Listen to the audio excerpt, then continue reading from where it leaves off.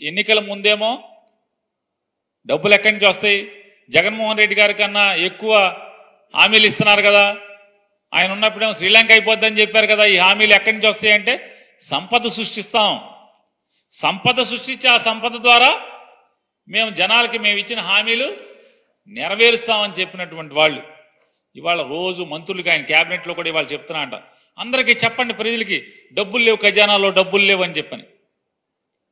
ఇది కూడా మోసమే.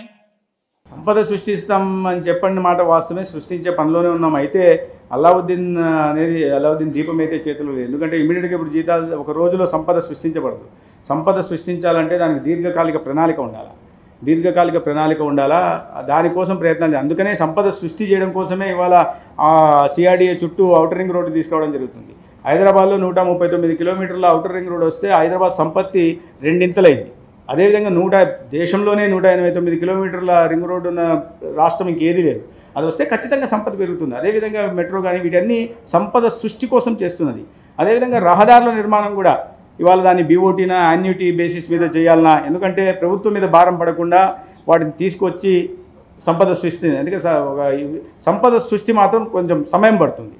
అయితే ఇమ్మీడియట్గా ఇప్పుడు జీతాలు ఇవ్వాలా, జరిగిన వాటికి ఖజానా ఖాళీ అయింది కాబట్టి దానికోసం తప్పని పరిస్థితుల్లోనే అప్పు చేయాల్సి వస్తుంది. అయితే వీటిని అన్నిటికీ కూడా ఖచ్చితంగా ఉత్పాదక పనుల మీద, ప్రొడక్టివ్ యాక్టివిటీస్ మీదే ఈ ధనాన్ని వెచ్చించడం జరుగుతుంది.